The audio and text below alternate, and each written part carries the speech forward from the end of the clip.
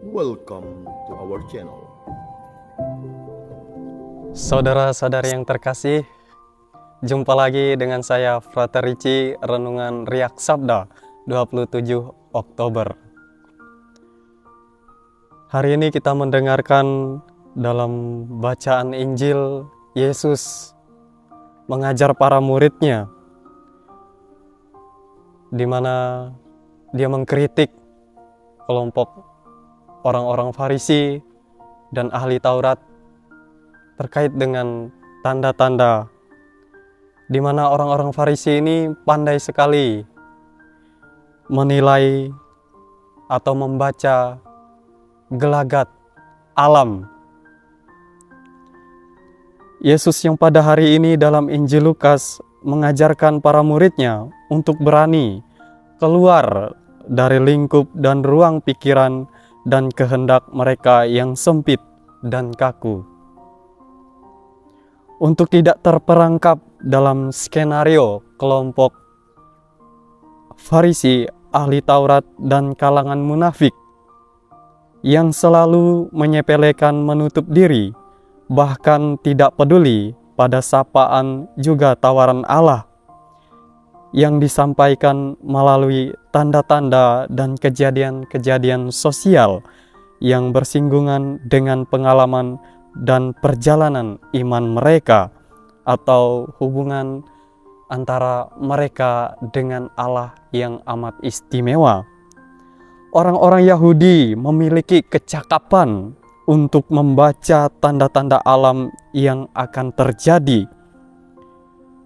Dalam bacaan Injil kita mendengar kata-kata Yesus bahwa apabila kalian melihat awan naik di sebelah barat, segera kalian berkata akan datang hujan. Dan hal itu memang akan terjadi. Dan apabila kalian melihat angin selatan bertiup, maka kalian berkata hari akan panas terik.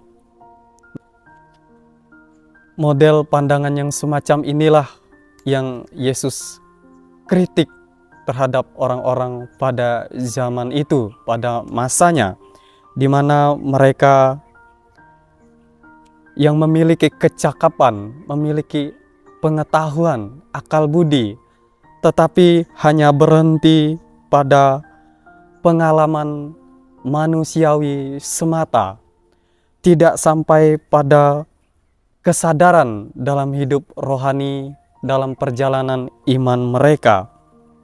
Mereka mengabaikan hukum Tuhan, mengabaikan perintah Tuhan. Mereka hanya berhenti pada pengalaman manusiawi atau pengalaman kedagingan.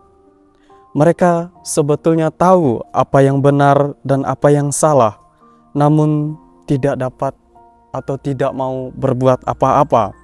Ketika kebenaran itu ditindas oleh kejahatan, terjadinya ketidakadilan di antara hidup mereka. Sifat inilah yang disebut Yesus sebagai sifat yang munafik. Dan Santo Paulus menulis surat kepada jemaat di Roma berbicara tentang pertentangan antara pengetahuan akan hukum Allah dengan keinginan-keinginan duniawi yang cenderung jahat. Santo Paulus menyatakan bahwa tidak ada sesuatu yang baik di dalam dirinya sebagai manusia. Dengan akal budinya ia tahu persis hukum Allah, namun sifat kedagingannya masih sering membelenggunya dalam dosa. Namun di dalam segala hal perjuangan melawan dosa yang diam di dalam dirinya itu, dengan tegas dia bersaksi dan berkata bahwa Yesus Kristuslah yang berkuasa membebaskannya. Dengan kata lain, jika kita terus hidup seturut firman Allah, hidup di dalam Kristus yang disampaikan melalui Yesus, dalam bacaan Injil yang kita dengar, kita akan mampu untuk menang atas dosa. Melalui bacaan Injil hari ini juga Yesus menyentuh integritas hidup kita untuk mengukur dan menilai kualitas serta gerak maju iman kita. Yesus mengingatkan kita bahwa kualitas iman kita yang memampukan kita untuk menentukan sikap terhadap suatu kejadian, perkembangan kemajuan, dan tanda-tanda serta isu-isu dan kisah-kisah yang ada. Kemudian hal ini memampukan kita untuk berani mengambil keputusan serta langkah yang strategis untuk melakukan sesuatu yang sangat berguna baik bagi pribadi kita maupun orang lain.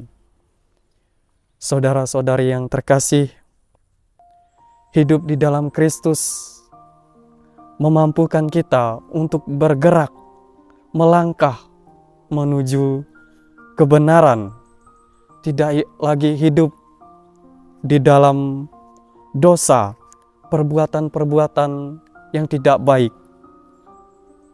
Oleh karena itu, melalui bacaan-bacaan Injil hari ini, marilah kita hidup di dalam Kristus, mampu menilai situasi zaman ini dan juga memaknainya, membangun relasi yang baik dengan sesama kita, dengan keluarga kita, dengan orang-orang yang bahkan yang tidak kita senangi, yang memusuhi kita.